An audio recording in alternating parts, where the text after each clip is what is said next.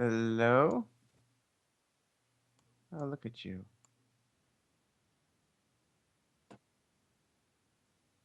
It's not ridiculous. It reminds me of there's a guy named Eric Blau who was the lyricist for Jacques Brel is Alive and Well and Living in Paris. This translated a musical based on translated songs by a French or actually a Belgian songwriter.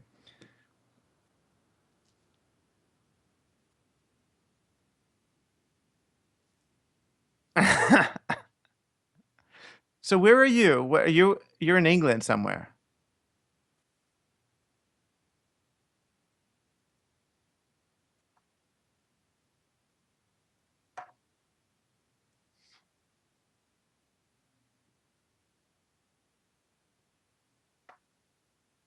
Yeah. You're southeast over the river south? Oh, so you're near the Pink Floyd power plant?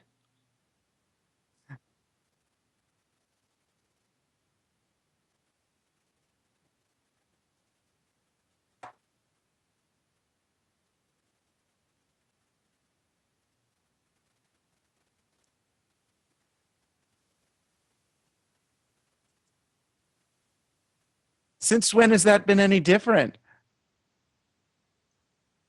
Yeah, no, there was this place I used to stay when I'd go to London because it was cheap, called like Battersby, or right near that power plant, which is considered south. I guess that's more south central east than east east. Yeah, Battersea. Yeah,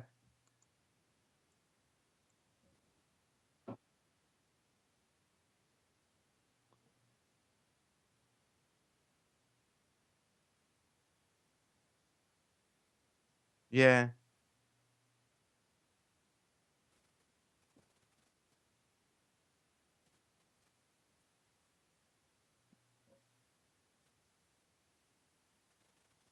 yeah,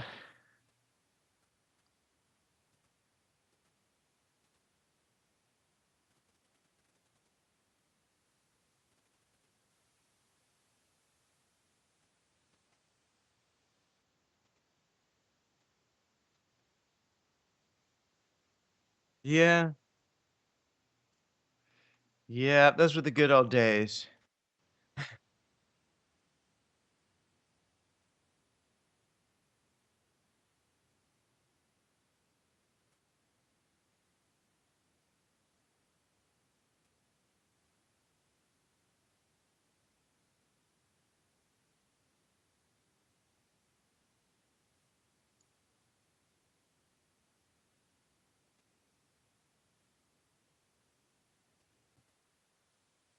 Right.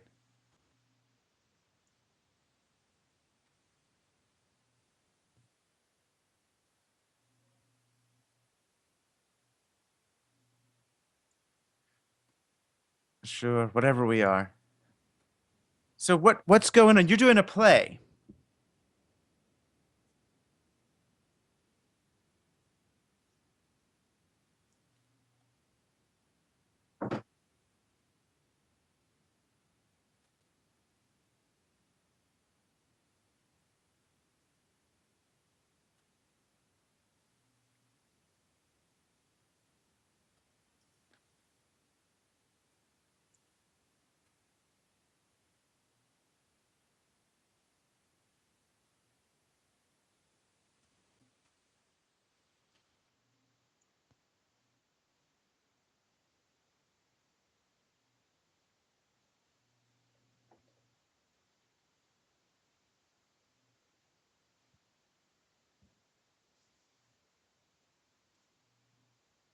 Yeah.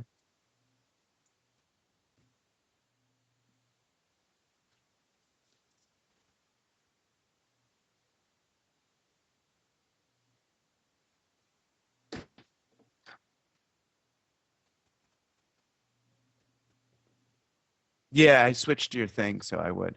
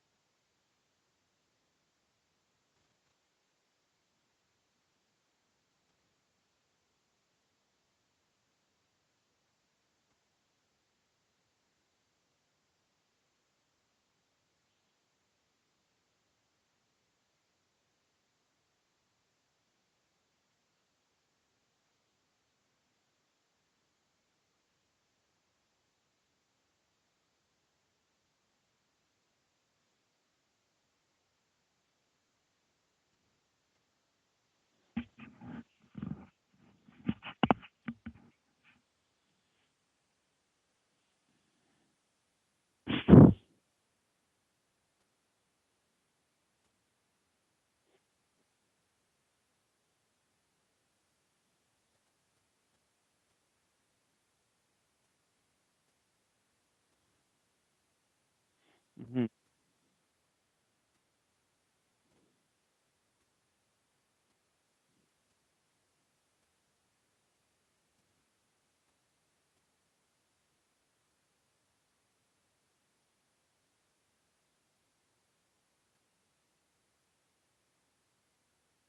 Right.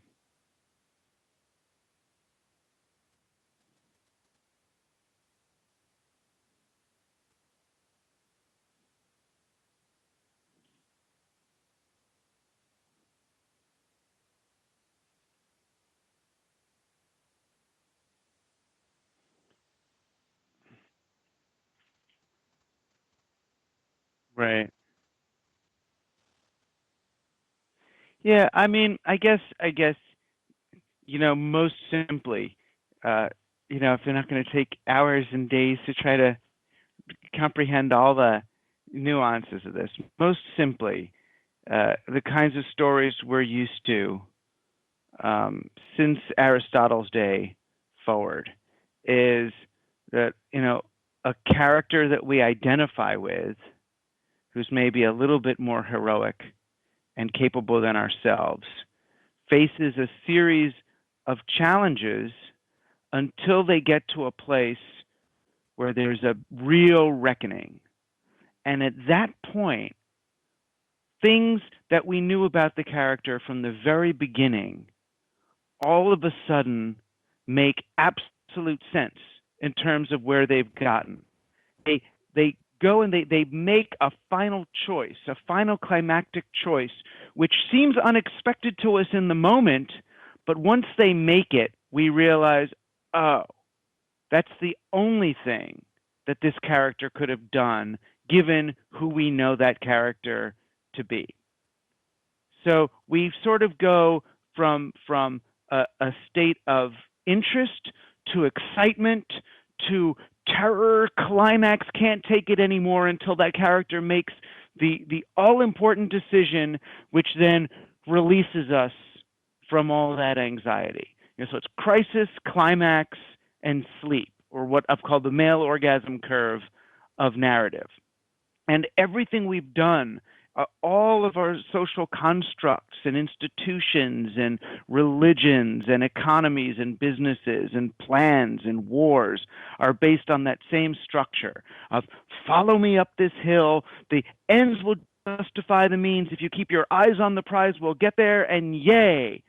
And what's happened to us now is we've realized that while that structure has been really good for motivating us into war and getting us to do terrible things or making us believe in an economy, that the payoff never really happens. Life doesn't really work this way. You don't get to heaven. You don't get your retirement plan. We win the war, but everybody's still suffering. It doesn't work. And as we look in the world around us, the problems we have don't seem like things that we could, like Nazis, that we could just go and beat and win and yay.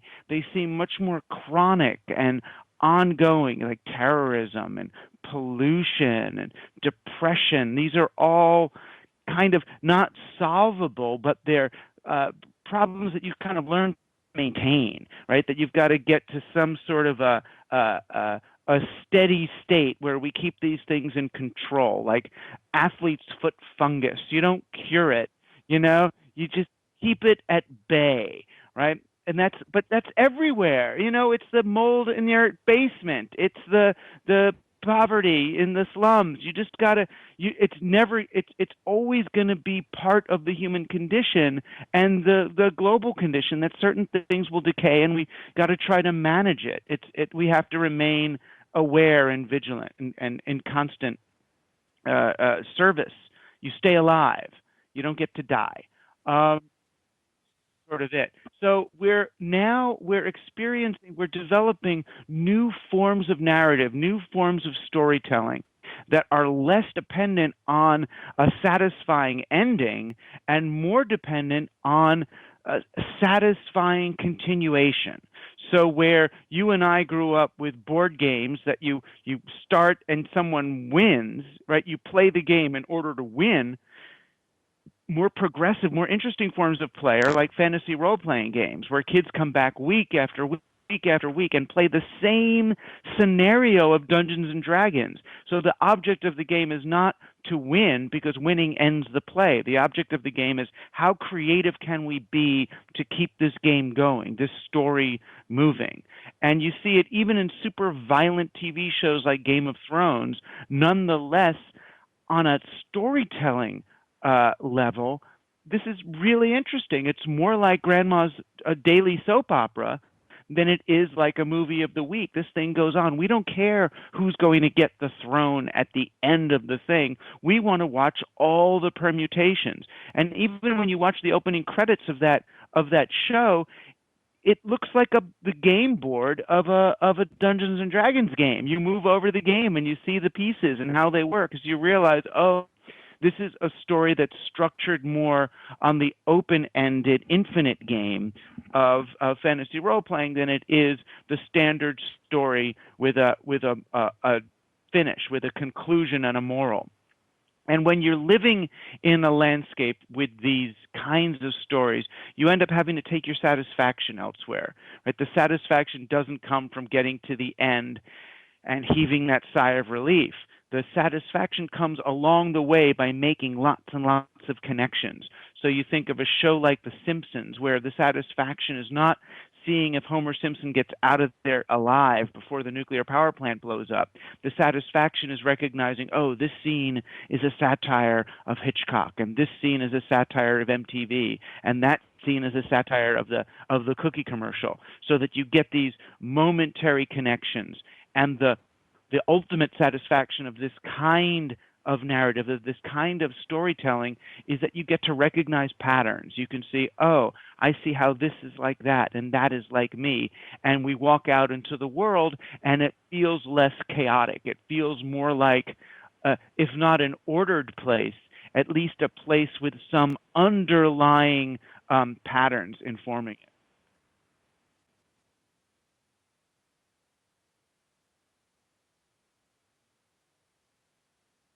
I missed it. I guess I have no friends. I'm not on Facebook as part of the problem.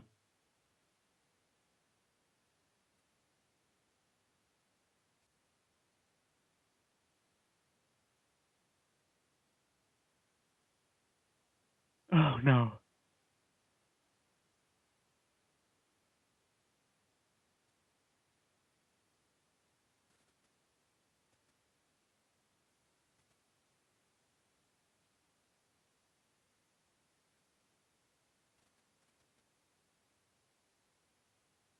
Mm.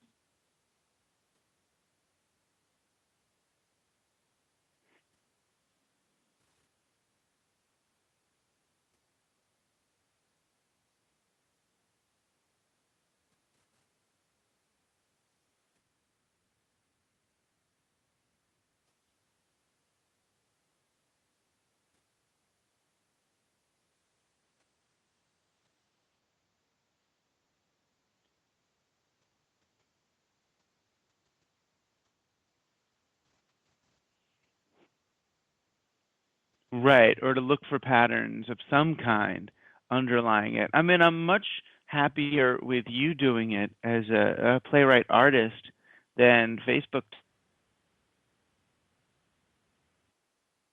hurt me in some way.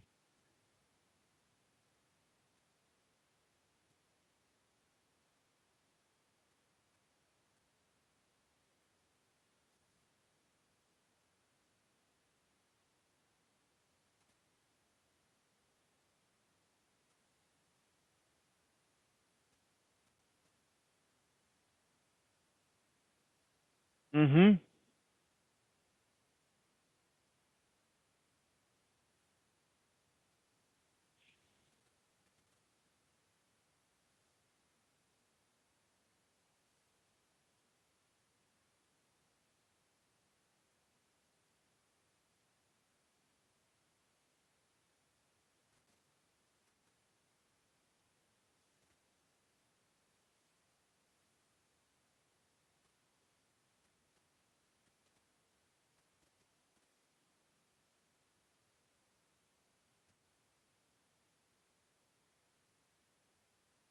Well, that's my main training. I mean, theater's the main thing I did from, what time I was 11 to the time I was 33, and published Siberia, and then I had to go be a writer after that.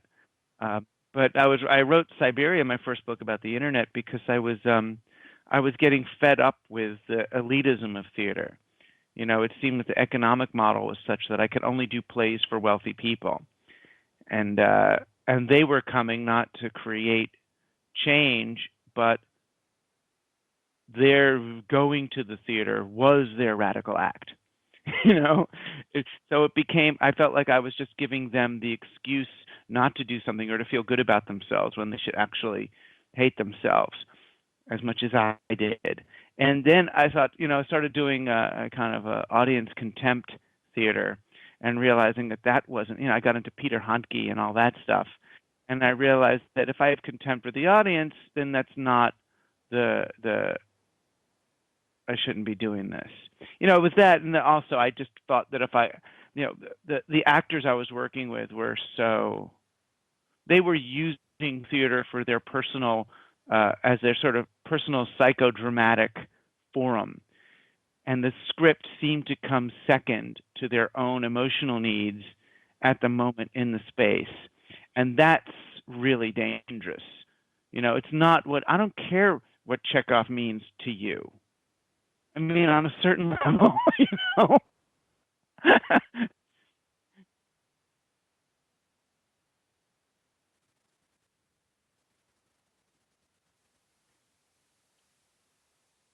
uh,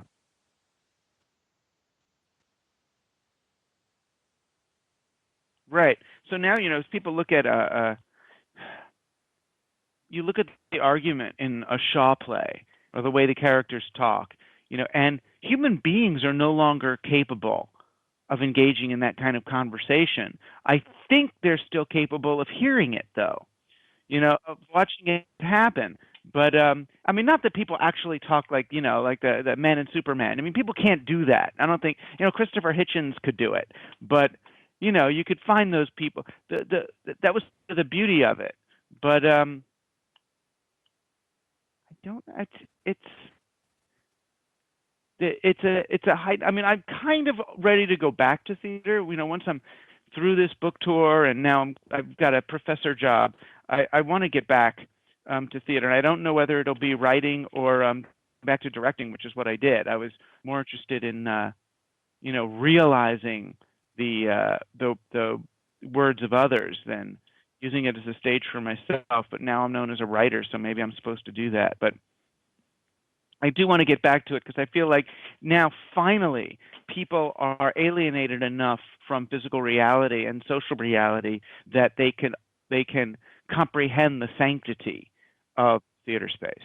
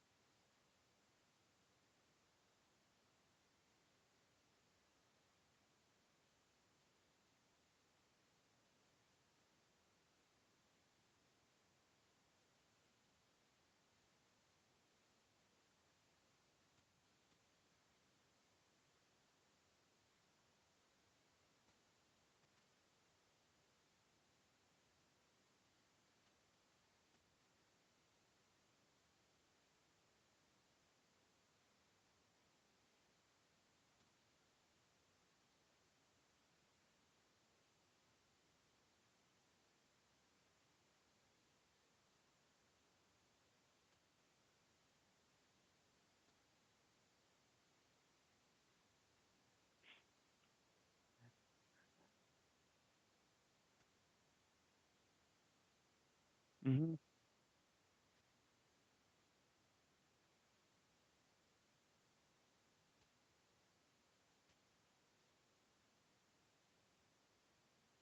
Yeah, it's true. And even though the frog and boiling metaphor turns out not to be true, um, in some ways it's true for us. You know, the difference is it feels like there was this phenomenon where I could only get I had no cassette or CD player in my car in LA, and I could only get it's like AM radio. So there was only a top 20 radio station was the only music, and I went from hating that music to actually liking it. And I do not think it's because I had empathy for it, but because my taste was lowered by the environment. You know what I mean? It was actually you it's what you get used to, you know? I mean, in some ways there's a Buddhist beauty to it because it means that maybe on some level, although it's probably not true, the pain and suffering of those people we see pain and suffering isn't really greater than our own pain and suffering because we manifest pain and suffering no matter how good things get. Um, I know no better, no worse. But when I look at when there's children starving in the friggin' desert of Africa, or people getting blown up, um, they are in more pain and suffering than I am. No matter, there's no other way to slice it.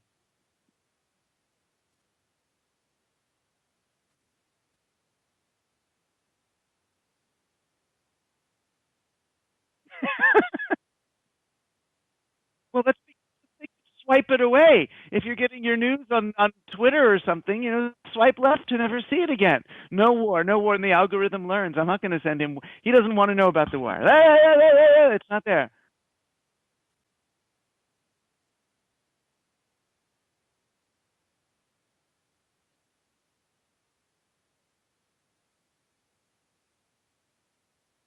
Exactly.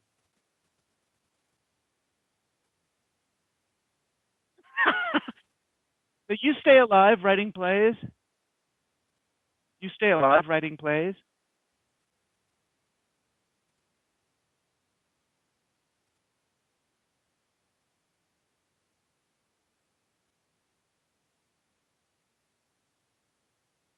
Cool. You know what else we could do? I mean, if it's good and it gets done, or if you get finished, which is always the challenge with the play, maybe we could do it at Queens College has this giant, you know, theater program, and they do world premieres of things. Be a way to do a U.S. production, why not get some royalties and come out and do press?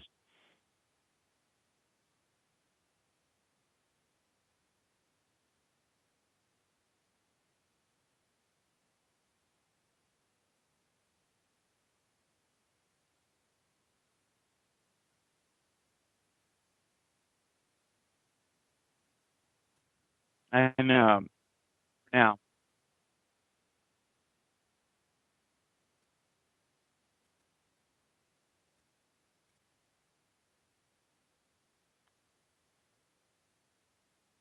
so they were looking at doing it as a teleplay or a radio play.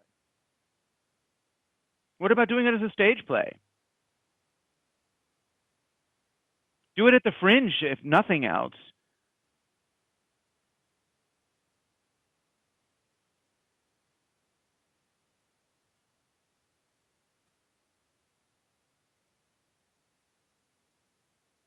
Oh, oh, good. I mean, the whole point is then it somehow has to tie into the transition from one way of sense making to another. Ends up in you're implying that that is somehow causative in the suicide.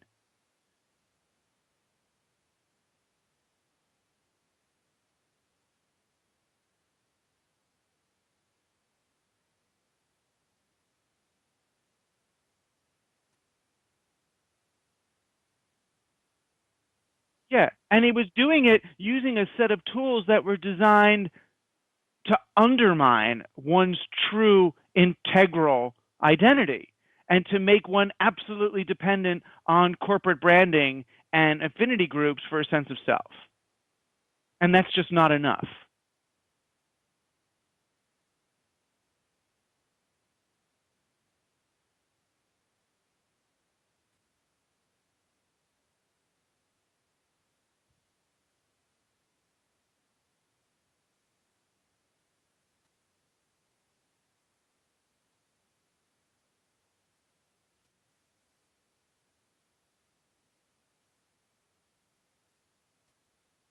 Mm-hmm.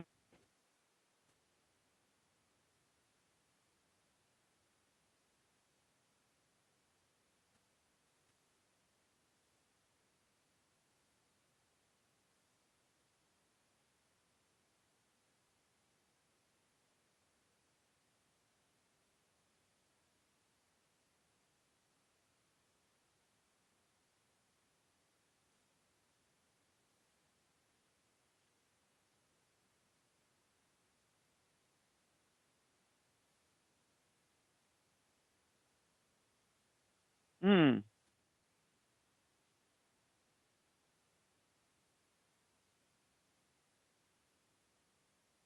Yeah, then I can read it on the plane, which will be fun. I'm going to be flying. Yeah, and I mean, honestly, the it's out once the book launches. I don't want to be right now. I'm in that phase where I'm just trying to write 2 or 3 little articles a day to disseminate to the various places. That once the books launch, I'm not going to do that anymore. I'm just because I'm going to go fucking insane here. It's like writing the book should be the work. Launching it should be the celebration, but now it's become the beginning of a whole new nightmare of work. And I'm starting to believe that the more I write about the book, the fewer books I will sell. Throwing rocks at the Google bus. Thank you. Although now the people who are actually throwing rocks at the Google bus are angry at me now. They think I'm undermining their movement.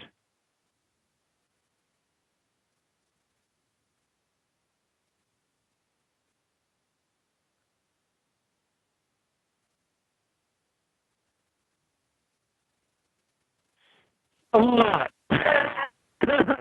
More than all of you combined. That's all you could tell them. Oh my God. All right. Well, it's great to meet you. You're much less threatening than you might seem.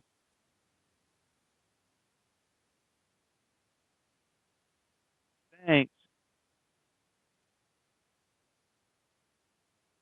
Please, and maybe someday I can come on stage in a cameo. You know, if you did this as a radio play, I could just do my own fucking part. You know, that'd be fun. That'd be fun. But until then, we'll figure out because we're simpatico. So we should figure out something to do together.